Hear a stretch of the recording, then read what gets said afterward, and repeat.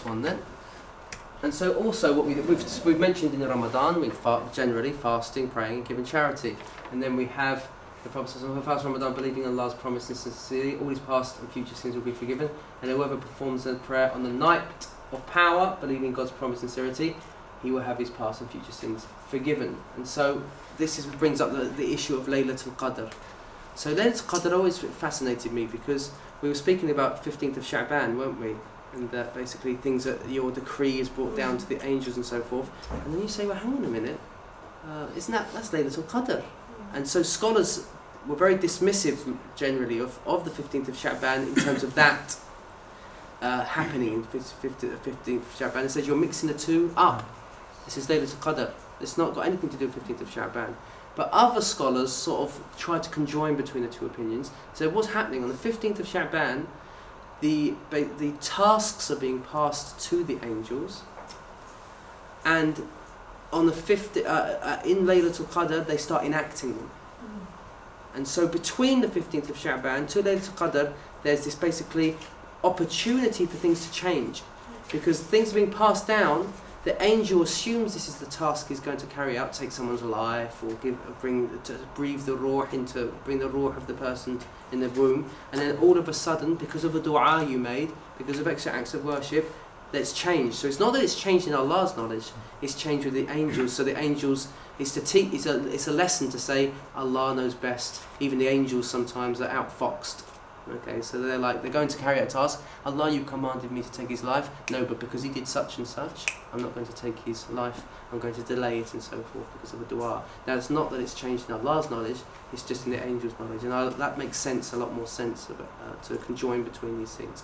But Laylatul Qadr, what's the significance of Laylatul Qadr? Allah, the Quran explains, isn't it? Inna anzalnahu, we revealed it in. So the first thing, why do we fast Ramadan? Why? Because rewards, but why? Because the Quran came down in Ramadan. We honour that out of veneration. The whole month is sacred because of that, and so it's an expression. Like we said, why do we fast? It's an expression of thanks or forgiveness.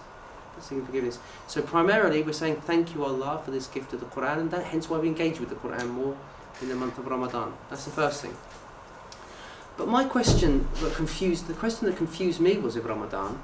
People say, well, Laylatul Qadr, when is it? 27. This is the last 10 nights. After 24. So some say it's the 27th. And some say it's on the last 10 nights, and they say in those 10 nights it's the odd nights. That's opinion. There's a vast array of difference of opinion about this. Some say it's predominantly in Ramadan, but it can be in other times of the year. Imam Abu Hanifa actually had that position. The way I explain that is that's from a solar perspective. So because Ramadan moves throughout the year, yes, Laylatul Qadr can be any time of the year because it's rotating. But it still confused me, that issue, because I was thinking, well, Laylatul Qadr should be obvious when Laylatul Qadr is, and it only could be one night, and it should be the same night every year because it's the night when the Quran was revealed. Now the night when the Quran was revealed can't move. So that used to really fox me. But then when I sat with scholars and I asked this question, they explained, no, what it means, Laylatul Qadr was a night that was always with the community, and it shifts, and it happened that the year when the Quran was revealed was on Laylatul Qadr. So they're two separate things. Laylatul Qadr didn't come about because of the Quran. It was a blessed night when things happen, the decree happens for the year. So that's primarily what is Laylatul Qadr? It's about decree.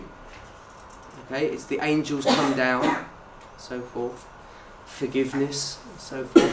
The angels make dua for us, and it happens so that the Quran was revealed on that night, and so Laylatul Qadr can still move, but on that year when the Quran was revealed, it was on whenever. Now there's a difference of opinion when what was the date when the Quran was revealed. Some say the 19th, some say the 21st. There's a bit of a debate, but does that answer that question? Because that didn't make sense to me. Still confusing. No, what I'm saying is that The Prophet ﷺ received the Quran on the night of Laylatul Qadr, yes. First time. So that must be one night in the year, fixed night, isn't it, where that can happen. But now we're saying that the Prophet ﷺ, on a number of occasions, in the last 10 nights, it could be the 21st, it could be the 23rd, it could be the 25th, it could be the 27th, and it can move as well. Not every year. We have hadith that suggest one year the Prophet ﷺ saying it's this night, another saying another. Now, if it was just to celebrate the Quran being revealed, it'd have to be fixed, wouldn't it? But the Prophet ﷺ saying that no, it moves. And so what this explains is that Laylatul Qadr is separate from the Quran being revealed. So Laylatul Qadr always was, throughout history, Laylatul Qadr was a special night when the decree happens, when Allah's angels carry out the decree for the year. And it so happened that when the Prophet ﷺ received the Quran that year, it was on Laylatul Qadr. And that day, does that make sense? So basically, Laylatul Qadr can be any night. It can be any night. Throughout the year. Yeah, it could be, but I said I explain it. It's most likely to be Ramadan. And when the scholars who had that opinion, the way I sort of understand it is that it can be any time of the year because the lunar calendar moves throughout the year. Okay, so Laylatul Qadr at some point will be any day of the year. Is it something to do, Sheikh, with how you feel that night and how you feel? It's always a feeling, and the feelings are never fact. Okay, so we can't ever assert. They do say some of the righteous they receive like an unveiling. Okay, Allah knows best. Okay, this is but that defeats the whole purpose of Laylatul Qadr, because the whole purpose of Laylatul Qadr is Allah doesn't want you to know when it is, because He's rewarding for you striving. So Allah says He hides things in other things. Have you heard about this? He hides His forgiveness in the sin. So you don't know which sin you'll be punished for or which sin you're going to be forgiven for. So that in that way you're cautious of all your sins, aren't you? So we don't know whether Allah's going to punish us for a sin or whether He's going to forgive us. We don't know. That's in Allah's knowledge. But it leaves us hopeful that He will forgive it, but it also leaves us being cautious of performing any sin. He hides on Yawm al-Jum'ah, Friday, He hides when the prayer is answered. Why? So we strive throughout the day to make dua. It's not important about when it is. It's important. It's the attitude that Allah wants to see from us. Because Allah subhanahu wa ta'ala wants to forgive the people, and in that night, Laylatul Qadr, maybe everybody will be forgiven, or those who have done the scholars do mention that. So what I think you're saying, Uncle, is that basically you're saying that if everyone knew it was one night, they'd basically neglect all the other nights, and they probably won't do any worship at all, and they would all just focus on that. Yeah, that is one of the arguments. He wants to see you do it throughout the whole thing, and in reality that is your Laylatul Qadr. Your Laylatul Qadr is your striving to find it and filling your nights. And so this is the thing, it's not about whether you're right or wrong, it's about your attitude. And that's what Allah loves to see. He doesn't want you to necessarily be attached to results. He wants you to be attached to your efforts in what you do. And that's the most important thing with Allah. Sheikh, I don't know how legitimate this is, but I've heard that Laylatul Qadr was granted. You know the whole thing of like, if you do it in just one night, it's as if you're doing it for 1,000 months, right? Yeah. It was granted to the Rasul because he complained to Allah about his Ummah's lifespan compared to there are some weak hadith about that, yeah. That's the actual revealing of the surah, Suratul Qadr. Yeah. So he saw a man that basically made jihad for 84 years, which is what the 1,000 months is. It's about 83. Yeah. Was it 83 years and 2 months or something like that? So they say because of that we were gifted it in one night.